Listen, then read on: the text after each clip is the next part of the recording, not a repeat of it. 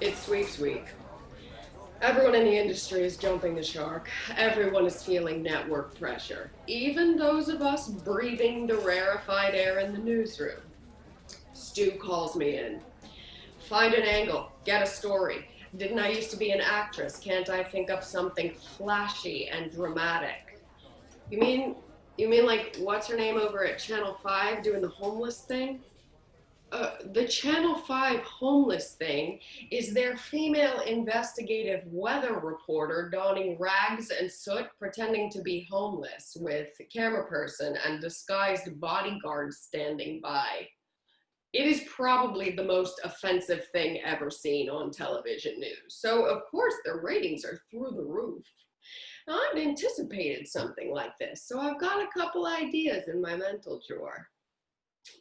I slowly close the door. Stu begins to salivate, misinterpreting the action. I step safely far from his desk and say, I've got an idea. Disappointed, but ever the professional, he sits back down. You know how you feel when confronted with someone who's badly deformed or scarred? You know how you have to turn away when you see one of those faces? He's nodding. I've got his attention. What do you think it feels like to be the person, the one with the face? Go on, he says. Well, I say, what if we go inside the face, follow the face, record the horror on the faces of those who face the face? You know someone, he asks. Me, I say. We doctor me up or down, as the case may be, send me into the city with a hidden camera. We document the humiliation, the horror, by showing the reaction of the people around her. That's what I want, he says. Now, this was just my warm-up idea. The real idea was the next one, an expose of a so-called no-kill shelter, but now I'm stuck, so I throw myself into it. I bring in Sherry, who does the anchor makeup.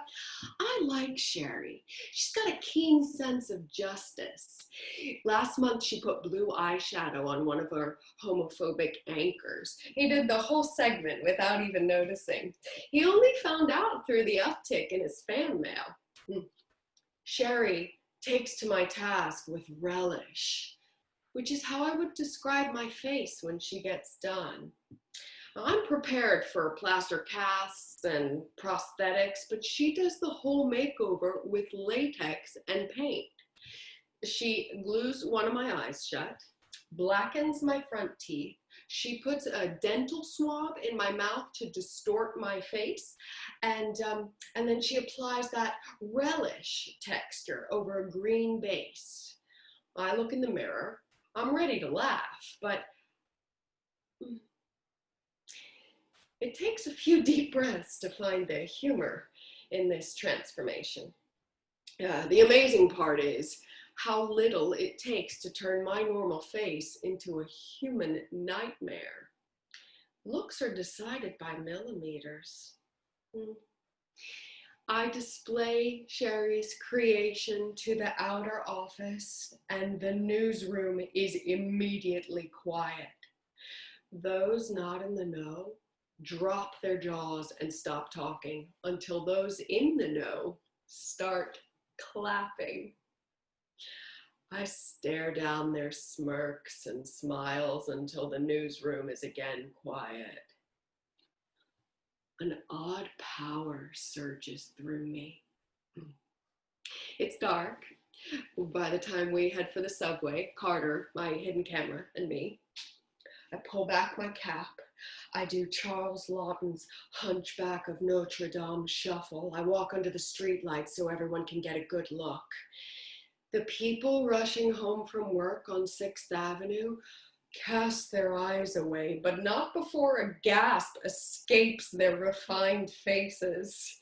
A solitary child, dragged by her shopping mother, cries, "Mommy, Mommy," the mother shushing and pulling her away. Carter grinning the whole time as he records every reaction for its full entertainment value.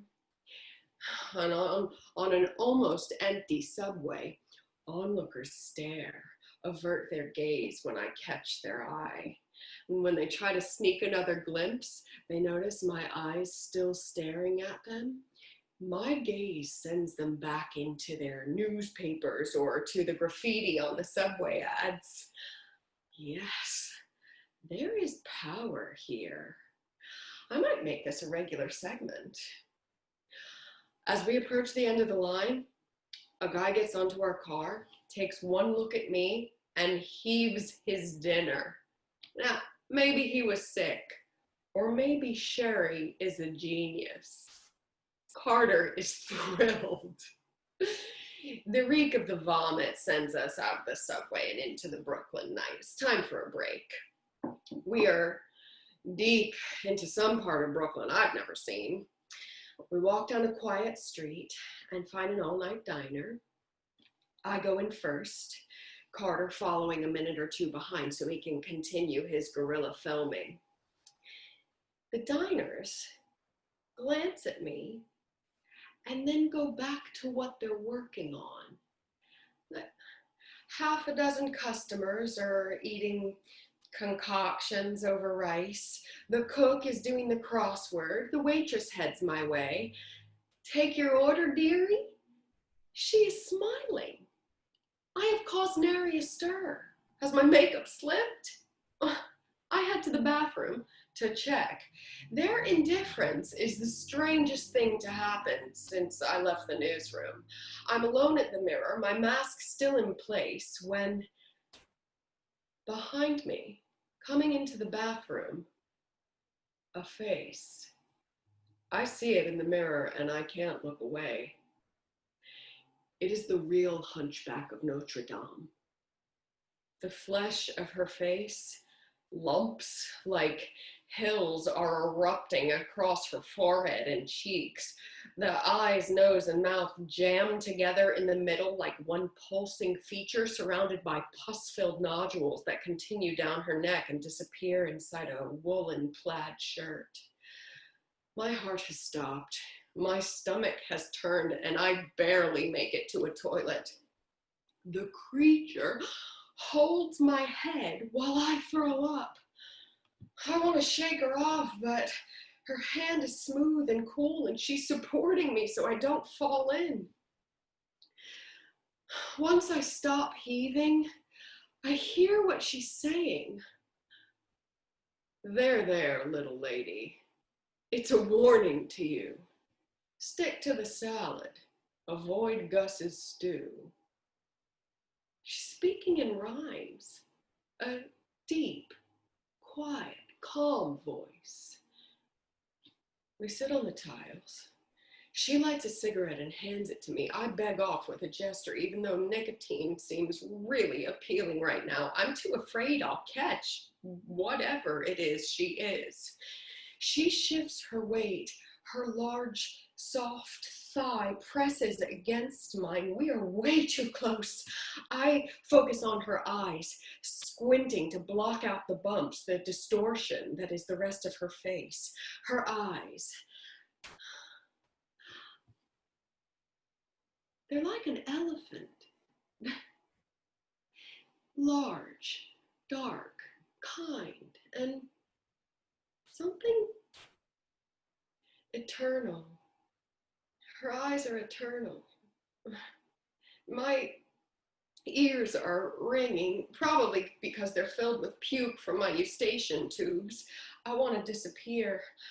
Oh, thank God, Carter can't come into this room. I try to stand, but the light touch of her hand keeps me in place. I need to confess. I need her to forgive me. I need her to forgive the world. I need her to forgive TV news.